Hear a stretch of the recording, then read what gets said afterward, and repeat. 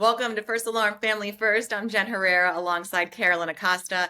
Carolyn, the last time we saw today's guest, he was on stage, he was singing songs, of course, dressed to the nines, and we're so excited to have him here with us today. Yes, today we're so honored to welcome Darren Bennett, an associate chaplain with the Broward Sheriff Office, a former deputy sheriff, and also the author of Pain to Purpose. So we're really excited. His life embodies his life of service, faith, and helping others transform their pain into purpose. So that means a lot to me because I feel like that is so important in life to do. So Darren, thank you for being here with us today. Let's start a little bit on what got you into the law enforcement. Wow, true raw transparency. My dad once told me you need to go get 8 hours somewhere when I was a teen. And I actually had gotten my girlfriend at the time pregnant. And so there was a big wave of hiring for the Broward Sheriff's Office. And I'm like, you know what? If you can't beat them, join 'em. That's true. So I put an application in, and they were so gracious enough to hire me, and the rest was history. So it was one of those things where it's like, you know what? Let me just try my hand at this thing. Was there trepidation, Darren? I mean, I don't know, and I've heard stories very similar to that, especially within the fire department. Were you nervous? Like, oh crap, like this is serious. Oh yeah, yeah. I mean, I was a kid. I was like 19 years old when I put the application in. The whole process was a travail. It was like a 9 month process because I was brutally honest about my past and obviously stuff that I knew that they were going to find in the background search. And so they actually had to hit the pause button for a minute. Like, hold on, let us think about you. We don't know if you're the proper candidate. And then they again were gracious enough to let me in, and it became something that was a calling. I didn't realize at the time that it was a calling for me. Again, it was a convenient paycheck, and that helped me to understand, like, wow, this is something that you don't just do, and you don't just sign up for. You're called to this. Wow. So looking back, in the field, were there any experiences or moments that maybe transformed you? Oh gosh, yeah, I grew up there. I grew up in the industry, just sitting sometimes 16 hours with deputies that were older than me, just being a sponge, taking on the wisdom that they would share over the duration of a shift. So it really shaped me in a lot of ways when it comes to how I became a man. Did the relationships with other police officers help you? Those relationships sitting next to those people, how did they help you through the toughest times? And how do they continue to help you today? Because I'm sure even though you're not active duty anymore, you still have memories, you still recall certain things that you saw. I would say, if I could back into that question, I would almost lovingly correct and say I'm still very active in duty because I'm a chaplain. And so some of those officers that I worked with in 2003, 4, 5, 6, all the way up to 2013, they're still here in the agency, and they're a little older, but nevertheless, they're here. And so working with them at that time period, they became family. There's a camaraderie, a solidarity that was established. And so coming back to the Broward Sheriff's Office after a 9 year hiatus, in the role of a chaplain, number one, it helped them to see that people can change because I was a different person back then than I am now.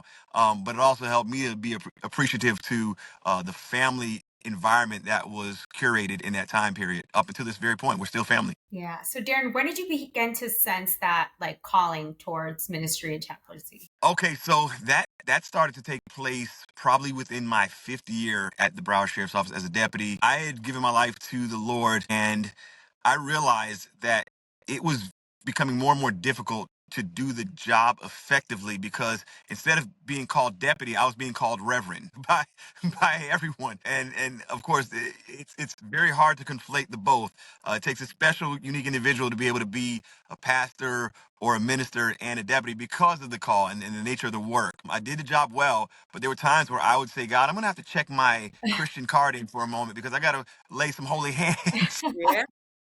But nevertheless, so I just felt that nudge. And by faith, I stepped out after 10 years within the agency into full time ministry. And God has blessed me ever since. Do you ever have those moments like how the heck did I end up here? Oh, yeah. Yeah. Yeah, Every single from day. like a questionable, you know what I mean? Whether you were going to get hired with the police department, then becoming a Broward sheriff's officer, then becoming a pastor. Like you've got to have some like, what if my 15-year-old self could see me now? Yeah. I mean, the book that I wrote kind of outlines some of my history, right? And where I came from and just being in the streets, and absolutely emphatically, undoubtedly, unequivocally, I ask myself that question every single day. Oh, but the grace of God that I'm literally here. Yeah, so I can imagine wearing all those hats and stuff and then having, but that's beautiful. I think that is so beautiful that you're following your heart, because I feel God speaks to us in many ways and it's very easy to ignore that. But I love that you're focusing on that. What do you wish the public understood better about the realities of first responder work? Very simple. They're humans. They're human beings and not human doings. The public sees them for what they do, how they have to operate with perfection. They have to be seamless in many cases because of the nature of the work that they do. But they're also very much so human beings. So they're not just human doings, they're human beings, and they are prone to imperfections. They are prone to fall and make mistakes, but they get very, very little room or margin for error when it comes to the public eye. And I wish that people would be a little bit more gracious and compassionate to our first responders when it comes to that. You've been very open as far as struggles of your own, losing loved ones, the challenges. I know your brother you lost in 2020, who was with BSO, correct? Yeah, 12 years as a deputy sheriff, BSO. Who do you go to? Because everyone comes to you, right, as the chaplain of BSO. So who does the chaplain of BSO go to when he needs to talk to somebody? Every chaplain needs a chaplain. Every therapist needs a therapist. Every pastor needs a pastor. And so I have pastor friends that I go to when it comes to my pastor role. I do have chaplain friends that I go to in the chaplain role. And just as a human being, I spend at least 45 minutes grounding myself, getting balanced in quiet meditation, in prayer, with God. And I just really unload all of that which is being put on me to the Father. And I just say, God, you have to take this. These are your people. This is your calling. You just gave it to me. So you got to equip and empower me to do this today. And every single day is that same desperate cry. God, I cannot do this apart from you. And sometimes 40 minutes turns into an hour, sometimes an hour and a half, because it's like I'm longing for that peace and that presence. And I get it and I feel it. And it's like, I don't want to leave this and then go into this cruel world, and then deal with some of the problems and embody that pain that some people have. And so, yeah, it's really unloading my cares to he who cares the most about me, and that's God. It's beautiful. What advice would you give new first responders that are starting in this career? Wow. I would say don't try to survive 25 to 30 years of law enforcement or first responders, fire service. I would say try to thrive beyond your career. In other words, we will see young, zealous new hires come in and they're trying to take the world, and then they end up white knuckling everything, and they work and work and work and they work and they think about retirement, and then they miss out on living in the moment. They miss out on living in the now because they're living for the 25th year mark. And then they get to that 25th year mark and they're so burnt out. And unfortunately, as a chaplain, I've done way too many funerals for people that were retired 2, 3, 4, only 5 years after a 30-year career, and they died based on either number one, taking themselves out, unfortunately, or some type of health element that came from the stress that comes through working in the industry. And so take care of yourselves now, enjoy yourselves now, and also very practical. You don't have to talk about the shop where you're out of the shop. A lot of times you get phone calls from people that are in the shop. Hey man, what do you think about this? Can you believe that happened? And you're on your day off and you're like in self-care mode, but now you're embodying someone else's problems at the shop. Yeah, yeah. That's an excellent point, because they do that. They, at least I'll tell you, like from the firefighter perspective, like they're all on the phone all the time talking about work. It's like, come Talking on, shop. give it a break. South Florida has experienced the unimaginable when it comes to loss the past couple of weeks with police officers. Hard. We Tragic. lost Officer David Caruso. We lost Devin Hamadillo days ago. For a first responder, when I say that, I mean a dispatcher, a firefighter who was on the scene, fellow police officers for BSO, even though it's different agencies. For anybody who's trying, which seems impossible, right, to wrap their mind around the incidents that happened, knowing that it hits so close to home, what is your advice to them? What would you tell somebody who's truly having a hard time at the moment? I would say be honest about how you feel. Be honest about what you feel. Talk to someone about how you feel and what you feel. The reality of the nature of our job, the work that we do, comes with these type of tragic situations. I was telling another chaplain just the other day, and this is such a morbid thought because I'm a man that believes in the miraculous. And I pray daily, Lord, let there not be another line of duty death within the agency or within South Florida. Like part of my job, I get to just pray. And I pray that. And I believe that God can do the miraculous. However, in a fallen world, they're going to see fallen people. And fallen people will create others to fall. Hurt people, right? And so it's just a matter of time, unfortunately, before our sheriff's office card gets thrown out there again. And it's like, okay, Miami-Dade got hit hard. BSO, we're gonna get hit again at some point, and my life then as a chaplain gets thrown into a tailspin, and I don't want that to happen at all. But yet, that's what I get paid to do, to love people that go through an in a line of duty situation. And I'm unique in that I went through it with my brother, so I actually get to look a person in the eye and tell them, I know exactly what you're gonna go through, and I know exactly what you feel. Hmm. But yet, I hate that I have to do that. While at the same time, I love that I get to do that because it's my purpose. Right. And Darren, you speak, one of the things you talk about is that's so powerful is taking pain and turning it into purpose.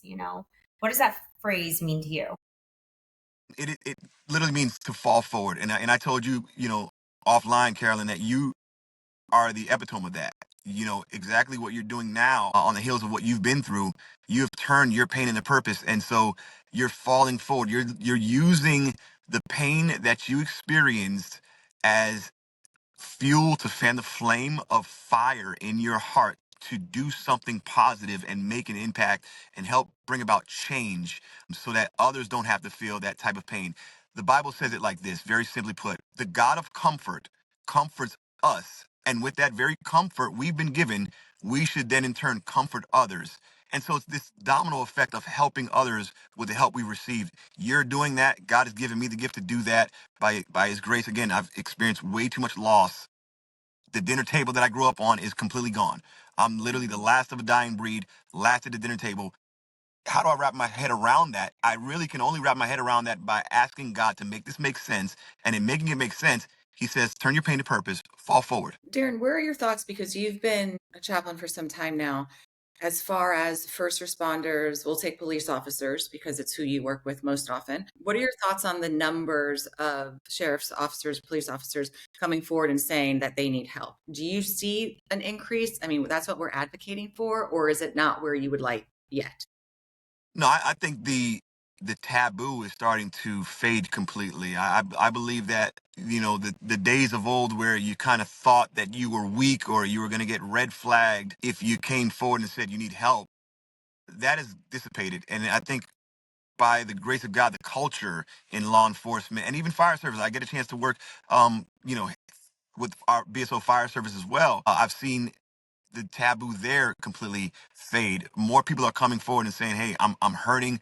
I need help." But that starts with a shift in the culture within that agency. You have to feel safe in order to be able to say you need help.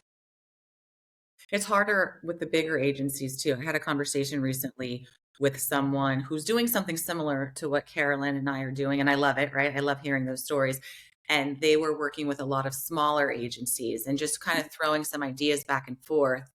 It seems that the smaller agencies are more open to it, and I don't know why. I don't know if it's a numbers game. Um, but I love hearing BSO is a large agency. So I love hearing that you're seeing an uptick. And hey, Absolutely. it's okay. Let's have these conversations. Yeah, for sure. For sure. How do you think families can better support their loved ones when they're going through these emotional or spiritual struggles? I think a peaceful environment is conducive for one who works in this type of industry, such as first responders, to come home to chaos when being in chaos all day long, sometimes 16, 24 hours, is very difficult. You have to create an environment where you're able to reset, recharge, and go back out and give your best. But that also works on the other side of the spectrum. So when you're coming home, you shouldn't bring chaos to the home either. So if you're out there and you're absorbing all the pain of the world and you're being Superman or Superwoman, Wonder Woman, you got to know that you can come home and be yourself as well. You don't have to be Superman, Superwoman, Wonder Woman at the house, and leave that chaos in the garage. I often tell people to have a Selah moment before they get into their house. And the Selah moment in the Bible is just like breathe.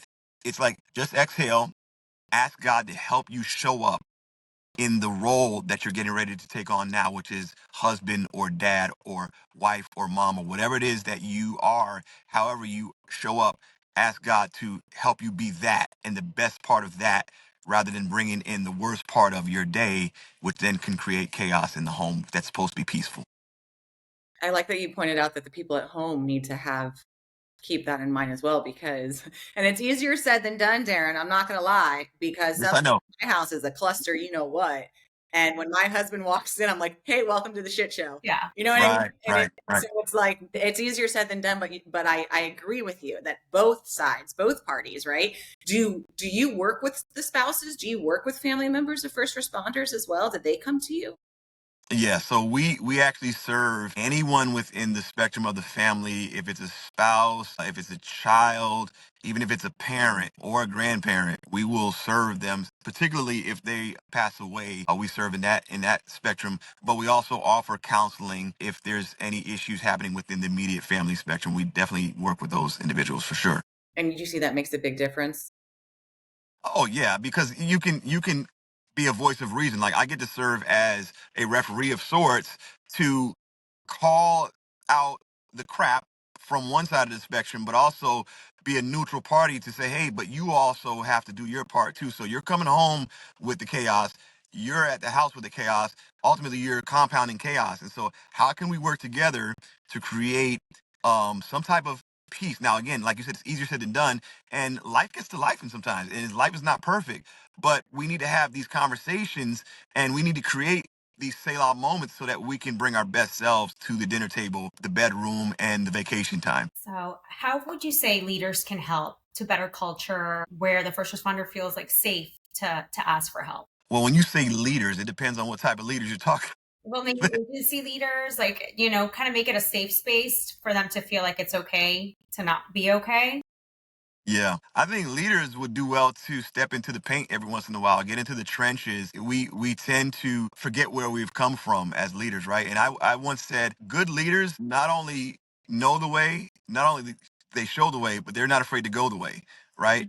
And so they'll go with their subordinate and get dirty, right? And so it reminds them of how much our subordinates or first responders tend to deal with on a day to day. So now that you're making a decision from the ivory tower, you can make that with a real time reality of what's happening in the trenches in mind, as opposed to making an uninformed decision that could ultimately impact your subordinate's life adversely because you're uninformed. So as a leader, stay in the trenches every once in a while. And I'm not saying you have to. Let me strike that. Don't stay in the trenches, but be willing to get in the trenches. You can't stay there because you have to lead, but be willing to not just know the way, show the way. Every once in a while, go the way. How important is it for you, Darren, to remind people that obviously therapy is an incredible option, but if someone for whatever reason doesn't want to go that route, that their faith can play such an incredible role in getting through a tough time. Absolutely. Faith is my profession. Basically, that's my calling. I will always land on faith, while at the same time, therapy is absolutely amazing. I still go to my therapist. I'm graduated from weekly to monthly, and I'm healed yet healing. I went through my own season where I was experiencing suicidal ideations, and that moved into suicidal intentions. So, faith and therapy together, right? I'm one that believes in the balance of the spiritual, but also the science. Like God created science, He made scientists to be able to create medicines that would help with depression and anxiety. And so, if you can't pray it away, sometimes you have to ask God to send you the right doctor or the right therapist that can help medicate you with the right dosage. So, again, the spirit, the science, trusting God, but also trusting your therapist. I think it works both ways. Yeah, healing's not linear, right? That is good. I love that. Healing's not linear. Yeah. Are there any scriptures or practices or truths that anchored you, like in your most difficult times? Yes, Second Timothy 4:5 helped me when I was going through Shannon's death in 2020. I wanted to quit, I wanted to throw in the towel. And that scripture says, keep a clear head about everything. In other words, get your mental on point, endure hardships, do the work of a minister, and fulfill your ministry. And that was so instrumental for me because again, I was in disarray. I was disoriented mentally. I was in this downcast moment, this dark season. So keep your head right. Fulfill your ministry. I wanted to quit. I legit just wanted to quit. And so hearing that anchored me to keep going, to turn pain into purpose, to endure hardship. It's just a reminder that life will life. And when life gets to life, and we have to realize that though we are believers in God, that we have faith, that does not make us exempt from struggling and suffering. Christ suffered on the cross, and we're to be like Christ as believers in Christ. And in being like him, we will suffer like him as well. And so it just gives you that theological grounding. And then again, to fulfill your ministry, it just kept me going. So that was a good verse that I thought anchored me well in that season and still does. Life will life. Life is lifing. I love that. That's going to stick with me definitely throughout the day and beyond. Darren, thank you so much for joining us Thank here you. on Learn Family First. Thank you so much, Carolyn. Thank you so much, Jen, for all that you do. Continue to fight the good fight and fall forward. Thank you. And where can people find your book? On Amazon.com. You can find it on Amazon. All you have to do is go into the search engine, type in Pain to Purpose, Choosing to Fall Forward, and it should jump right up. Hopefully, I'm like manipulating the algorithms there. And if you buy the book, leave a review as well. We'd love to hear how it impacted your life. We're getting great reviews. It's been on Amazon for about 3 months now. 5-star rating by God's grace. Great reviews have come in, and it sells well everywhere we go. So it's making an impact by the grace of God. Amazing. We're giving you 5 stars for this episode. We like to remind everybody who watches, if you see something, to make sure you sound the alarm. Save a life. We'll see you next time. Take care. Thank you.